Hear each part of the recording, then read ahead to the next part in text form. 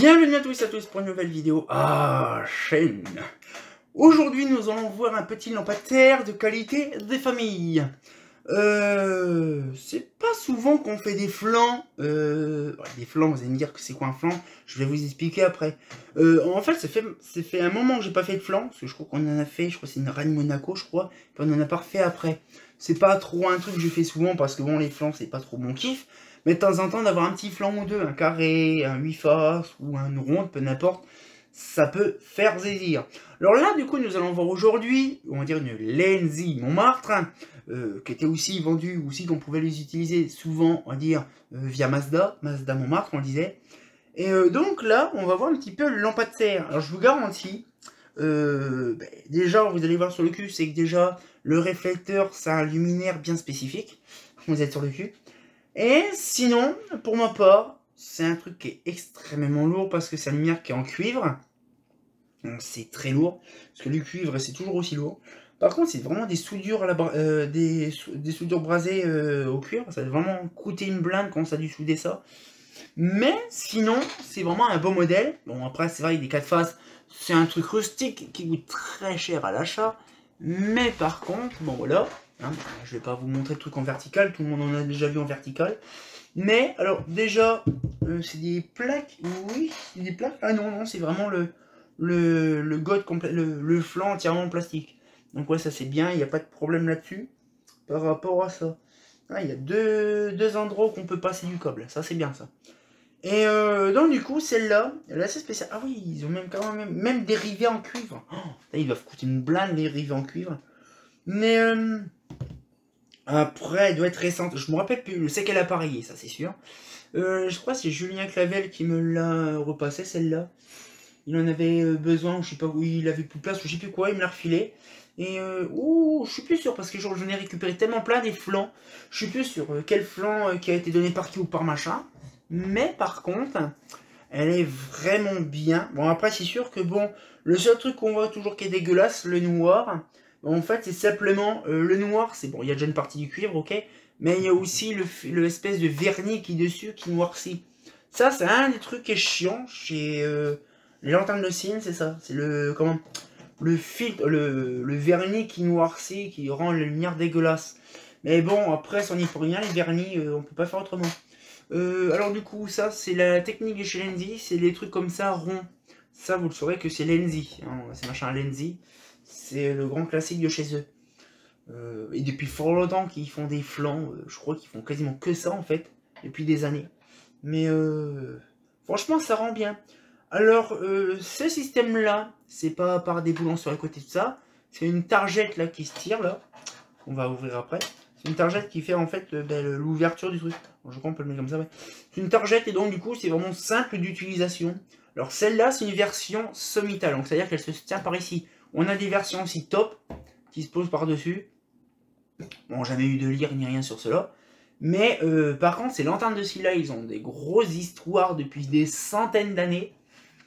Parce que ça, il y a plus de 100 ans, 200, 300 ans. Et il y a eu ces lanternes-là qui ont été... on appelle ça des lanternes de style pour une bonne chose. C'est que ces lanternes-là, de base, existaient, on va dire même à l'huile et à gaz. Donc c'est des vieux luminaires qui sont, on va dire qu'ils n'ont aucun droit. Parce que tout le monde peut en fabriquer. Il n'y a pas genre l'INPI et compagnie dessus. C'est vraiment, on va dire, l'ensemble du luminaire qui est de style. C'est-à-dire que ces trucs-là, ils n'ont aucun droit. Et tout le monde peut le fabriquer. C'est pour ça qu'on nous trouve vraiment dans toutes les sociétés de fabrication, que c'était chez chez Rani, Eclatec, Holophane, partout, tout le monde en faisait. Ça, c'était vraiment bien ce truc-là, cette histoire-là. Donc voilà, donc on a un petit peu le sujet, donc du flanc à 4 faces. Et il y a eu beaucoup de ça, de lanternes à gaz. Des lanternes à gaz qui ont été installées beaucoup dans les grosses villes, surtout sur Paris. Vraiment, il y avait des lanterniers qui venaient avec une petite coupelle, une petite lumière dessus, ou une petite flamme au bout pour allumer le bec de gaz, notamment AER. Hein. Oui, et donc du coup, ce qu'il fait, c'est que voilà, donc c'était vraiment le traditionnel. Si vous voulez, je peux vous montrer là en gros plan.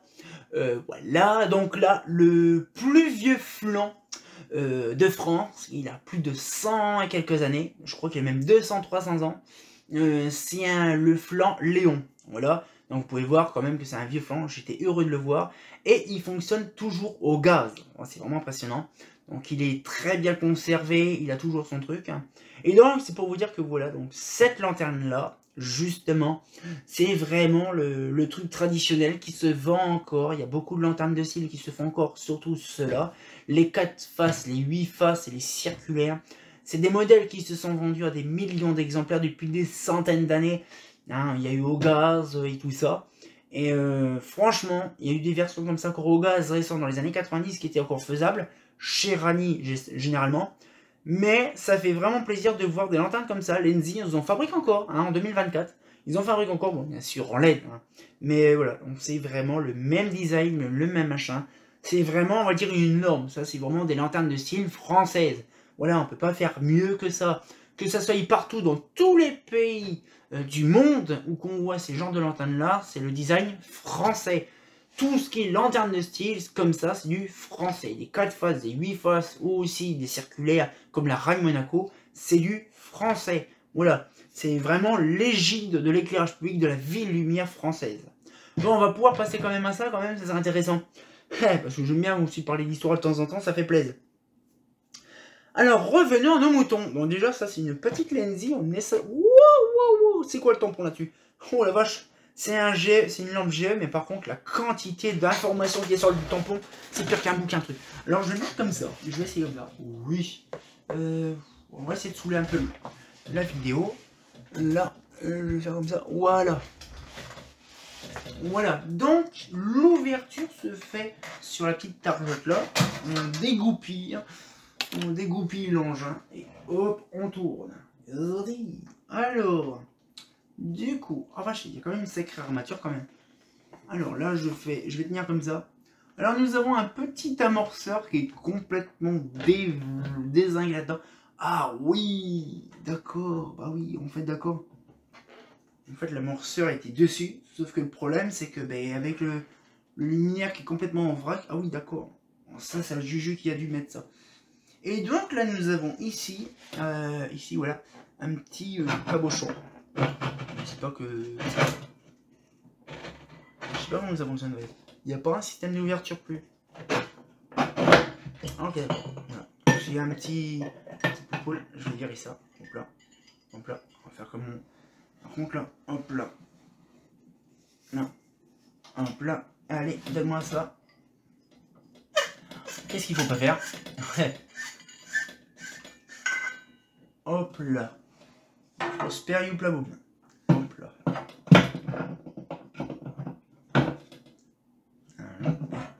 Ouais, allez.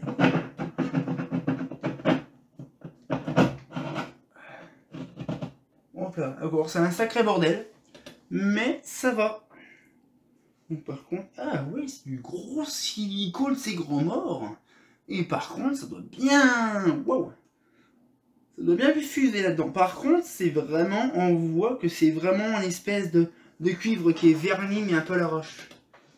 Et donc, la SHP, comme je vous disais, elle est tamponnée d'une puissance. Pire qu'un livre, le bordel. Alors, on a le logo GE, on a le logo E pour dire que c'est un truc extérieur, on a le logo EEC, on a le logo, donc la marque Lucalox, on a l'U100 100XO D40. On a le 100 watts, on a la Hongrie, donc Hongrie, on a même l'année et la marque, le mois de fabrication, donc mars 2017, on a la poubelle avec justement la petite croix dessus, et le logo c'est, putain c'est pire qu'un roman le bordel. Donc là, franchement, si ça se pêche en moi, c'est tellement perturbant de voir ça. Donc du coup, voilà un petit peu le truc, franchement, c'est lourd, mais pour une bonne chose. Parce que franchement, une minière comme ça, bah déjà ça coûte ultra une blinde parce que déjà c'est du cuivre, donc ça c'est sûr que ça coûte un rein. Et c'est pour ça que beaucoup de gens, ou beaucoup de communes n'ont pas ça chez eux, pour une bonne raison. C'est que des luminaires de ciel coûtent largement plus cher que la normale. Hein. Bon, même en inox comme ça, on a lu inox et compagnie, ça coûte aussi cher parce que c'est des lanternes de ciel qui est vraiment pour dire le prestige de la commune. Hein. C'est vraiment ceux qui ont le flouze qui peuvent se permettre de mettre ça dans leur rue et dans leur commune. Mais ce que je veux dire, c'est pareil, les lanternes en cuivre, c'est premières. Rani, pour un autre exemple, c'est eux les premiers, donc les pionniers, d'avoir conçu et créé des modèles comme ça en inox, parce que ça coûtait très cher à l'époque l'inox, mais c'était un matériau qui était noble et aussi robuste, et ainsi, et aussi plutôt, qui est, il rouille pas et tout ça, donc il a l'air qu'il est inaltérable. Donc c'est ça qui est bien, donc ceux quand même qui ont eu la chance de faire ça en premier, puis après c'est venu plus tard hein, pour les autres, mais ce que je veux dire c'est que ces lanternes là pour moi, bon j'en ai pas souvent, hein, vous êtes d'accord, c'est déjà, c'est bien d'avoir ça parce que bon ça c'est lourd, déjà parce que c'est cuivre, puis au-dessus il y a toute une armature complète pour tenir le truc en haut, hein, et après il faut penser que ces bordels là, en gros en général, t'en as facilement pour à peu près 1000, 2000 à 4000 euros facilement le flanc, en cuivre hein, bien sûr. Et plus on monte dans le prestige, hein, parce qu'il y a plusieurs tailles. Là, il y a, je crois, de ceux-là, il y en a 3, 2 ou 3 tailles faciles. Et plusieurs puissances, plusieurs choses. On pouvait en avoir des entièrement cuivrés comme celle-là. On pouvait en avoir donc en dural inox ou en inox. Plus tard pour les autres marques. Qui étaient peints aussi. Et il y avait aussi les versions peintes standard. Il y avait aussi les imitations. Il y a eu plein de versions. Ainsi que ça. Le flanc là. La vasque là, en fait c'est pareil. C'est que le flanc en question, la vasque là, on pouvait l'avoir aussi en jaune, en givré, en blanche. En fait, on peut avoir vraiment plusieurs versions de modèles différents pour ces lanternes de style. Bien sûr, tout en gardant le physique du luminaire. Hein. Parce que vous savez que ce design-là date de vieux, hein. Ça date pas d'avant. Hein. Mais après, il y a eu beaucoup de marques qui ont fait leur sauce, pas tout à fait leur sauce. Ils ont gardé le physique du luminaire et ils ont modifié leur sauce. Il y en a certains, ils ont un petit bidule sur le côté, les trucs comme ça. Là, par exemple, sur celle-là, on a, c'est son voilà, le petit bidule, là, une espèce de petit goupillon que je vais remettre tout de suite parce que sinon je vais le perdre. Et quand je vais vouloir le tenir, le bordel il va voler. Bon là, je fais ça. Maintenant, voilà, comme ça, ça c'est fait. Hop là, et ça, voilà. Comme ça, voilà. Donc vous voyez, ce qu'il fait, c'est que voilà, chaque son truc, donc là voilà, donc on voit très bien, par contre, là je vois, ah non c'est bon. Voilà, et donc ce qu'il fait, c'est que voilà, c'est assez complexe, des flancs comme ça, on n'en a pas non plus tout le temps. Mais ce que je dis, voilà, c'était une petite vidéo toute sympatoche que je voulais vous faire présentant un flanc. Alors, bon, Julien, tu nous casses les couilles avec ton flanc. Dis-moi, qu'est-ce que tu veux dire par rapport à flanc? Bon, je vais vous montrer, hein. Normalement, vous savez ce que c'est un flanc, hein, vous êtes d'accord, c'est un yaourt qu'on retourne à l'envers. Un flambi en gros, hein, vous le retournez, vous décapsulez la petite languette derrière, vous le découlez, ça fait un flan, vous voyez. Bon là vous le mettez à l'envers, voilà, vous le mettez à l'envers, puis vous mettez votre caramel en dessous. Alors ça, c'est un tripage de barres qu'on a depuis des années, avec les premières générations de collectionneurs. Les premières générations de collectionneurs, on se tapait des barres, hein. Genre ça c'était un flan, tout ce qui est Shredder CTA, Shredder Maya, c'est des pizzas, des trucs comme ça, comme par exemple les boîtes à chaussures, notamment comment les Eclatec Box, des boîtes à chaussures, des luminaires pot de fleurs, notamment comme tout ce qu'on a, le Vulcanox Eva, les compagnies comme ça, ou notamment lumière pot de fleurs, notamment les SA 500 quand ils étaient avec les calottes ouvertes et puis qu'il y avait des herbes qui poussent et tout bordel, voilà. Hein. Y a plein de surnoms qu'on donnait comme ça à certains luminaires, et toujours, hein, j'ai toujours gardé le surnom de flanc de ça, hein, quand on parle en tant que collectionneur et passionné, quand on dit tiens j'ai vu un flanc Monaco, c'est une lanterne de style. Mais en gros, c'est quand même un truc intéressant. Et j'ai oublié de vous dire, le fameux réflecteur. Le réflecteur, the réflecteur. Là, celui-là, alors je sais pas si on va le voir, je pense pas. Si, regardez le réflecteur. C'est un réflecteur Lenzi, hein, c'est une marque Lenzi. C'est un réflecteur de base qu'on pouvait avoir chez Mazda ou aussi Philips. Qui dit réflecteur Philips, qui dit que c'est un réflecteur de mascotte 10. Oui, un réflecteur de mascotte 10 dans le luminaire. C'est trop rigolo. Mais c'est aussi à ça qu'on reconnaît certains luminaires, surtout des flancs. On reconnaît les flancs généralement à ça. Parce que physiquement, comme je vous expliquais que ça, physiquement, tout le monde a fait le même. Hein. Donc c'est compliqué de différencier le truc. Sauf que le réflecteur est pas tous pareil dans toutes les marques. Là, on voit, c'est un réflecteur que je vous ai dit de mascotte. Donc on sait, c'est du Lenzi. Rani Monaco, Par exemple, en gros, les Rani, dans les années 90, en gros, on avait le réflecteur de la Rafale, par exemple. Donc on avait le réflecteur de la Rafale, donc qui dit Rafale dit Clavel, qui dit Clavel dit Rani, rachat. On a aussi chez Rani un gros réflecteur aussi prismatique qu'on a dans les Rani Coliad qui ressemble un peu aux Eclatec ou machin. Ça, on sait très bien que c'est aussi du Rani, parce que c'était du Gréchy. Hein? La Rani Coliad, en gros. Il y a ça. Après, chez Eclatec, c'est différent. Eclatec, ils en ont aussi vendu. Bon. Pas Eclatec, hein. GHM. GHM, ils ont aussi leur propre luminaire aussi avec leur propre réflecteur. C'est bien spécifique. Il y a eu aussi, en gros, Thorn. Thorn, on en fabrique aussi. Bon, Eurofan. Eurofan, c'est spécifique. Alors, on va... Je vais remonter un peu, parce que je suis un peu en haut. Voilà. En gros, c'est pareil. Chez Thorn, c'est pas Thorn. C'est pas Eurofan, c'est Holofan. Sauf que Holofan ne faisait pas de lumière de style depuis fort longtemps. Notamment des flancs comme ça. Hein, c'est très très vieux. Hein, ok, mais Holofan ne faisait pas ces genres de modèles-là pour une bonne raison. Déjà, c'était pas trop leur style à eux de faire des luminaires avec des vasques en plastique. Hein, généralement, c'était, on va dire, des lanternes avec des vasques refractrices de partout, de tarés de machin. Sauf qu'ils n'en ont jamais fait. Voilà. Eux, ils faisaient plus des aides pour Sony Duval, pour Valdone. Oui, hein, parce que justement, l'Antoine Duran Valdone et puis Sony Duval utilisaient aussi des réfractrices 44-44 et compagnie avec les trucs en verre là. Donc voilà, c'est tout à fait normal qu'on trouvait ça justement chez Holofan. Mais comment ça se fait qu'ils se sont trouvés avec des Holofan, avec des machins comme ça? Simplement, c'est parce qu'en fait ils ont voulu renommer un peu leur blason Holofan, parce que dans les années 70, avant l'arrivée des gros flancs, il n'y avait plus aucun luminaire de style. Vous pourrez regarder chez Holofan dans les années 60. On avait des colonnes Holofan, on avait des boules Holofan, on avait la SF400, on avait des colonnes WBF, Fluo, Arrow, LT, tous ces bordels-là, mais aucun luminaire de flanc. Luminaire de style, alors qu'ils en ont fait depuis fort longtemps. Avant le fonctionnel, ils faisaient que ça. Il y a eu un petit changement. Bon, ça, j'expliquerai ça plus tard, peut-être dans une vidéo. Mais ce que je veux dire, c'est qu'arrivé en 77, en 78, ils se sont décidés à chercher certains endroits des luminaires de style. Ils ont repris pas mal de designs de modèles suite à, on va pas dire non plus intergidiaire machin, avec un petit impulsion de Claude Lefebvre.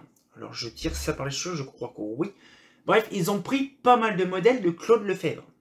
Notamment des carrés, des comme ça, parce que justement quand vous regarderez dans certains noms de luminaires, vous retrouvez le même nom de luminaire chez Claude Lefebvre que chez Holofan. Et donc c'est à partir de 78, officiellement le 78, qu'on aperçoit la nouvelle gamme de style chez Holofan. Donc on a par exemple, je crois c'est la Holofan Beaugency. Alors que Beaugency de base, c'est une dalle, on va dire une dalle Claude Lefebvre. Hein. C'est pour ça qu'il y a certains moments, on trouve du Claude Lefebvre Beaugency ou aussi de la Thorn Beaugency. C'est fourbe. Hein. Bon, allez, ce qu'il fait, c'est que voilà, donc Holofan, ils se sont décidés de reprendre la main avec des lanternes de style d'une autre marque, Claude Lefebvre, qui fait aussi des lumières de style, qui a été racheté par Indal, qui a été racheté tout le bordel. On va pas relancer la suite, mais Claude Lefebvre faisait énormément de lanternes de style, même du sur-mesure pour certains, comme nos amis belges, là-haut à Bruxelles, avec la Indal Olympe, ou je sais plus quoi, la Léopold et compagnie. Donc, il y a eu beaucoup de luminaires. On va peut-être se laisser là-dessus parce qu'il commence à plus avoir beaucoup de timing. Mais ce que je veux dire, c'est que voilà, les lanternes de style, on en fera peut-être un gros pavé une fois là-dessus. Je ramènerai une fois, on va dire, dans une nouvelle vidéo, les 3, voire les 4 versions, voire 5 versions de lanternes de style. La 4 faces, la circulaire comme la Rani Monaco, la 8 faces comme la Rani Saint-Janet qu'on n'a pas vue, et la Mazda Lavoisier, pourquoi pas, pour le fun, ou une autre lanterne. Comme ça, on aura la version, donc 4 faces, la 8 faces, la circulaire, et une avec la lyre, notamment la fameuse Claude Lefebvre Beaugency, ou également la Lenzi Lavoisier, hein. Justement, Lavoisier est une personne connue de l'époque, et justement, qui a la lire version, et je vous expliquerai que cette lanterne-là, justement, c'est quasiment une des pionnières et une première lanterne de style de créer, notamment la lanterne bourgeois de Château Blanc. Bon, là on part dans un délire, je vous expliquerai ça plus tard dans une autre vidéo, parce qu'il y a encore d'autres luminaires à voir. Donc cette fois-ci on se retient au courant pour une nouvelle vidéo, on se retient au courant, et comme d'hab bien entendu, bah... Bon, je vais pas la retourner mettre du caramel dessus, mais qu'est-ce qu'il est beau le flanc quand même, hein. Un fait pas faux.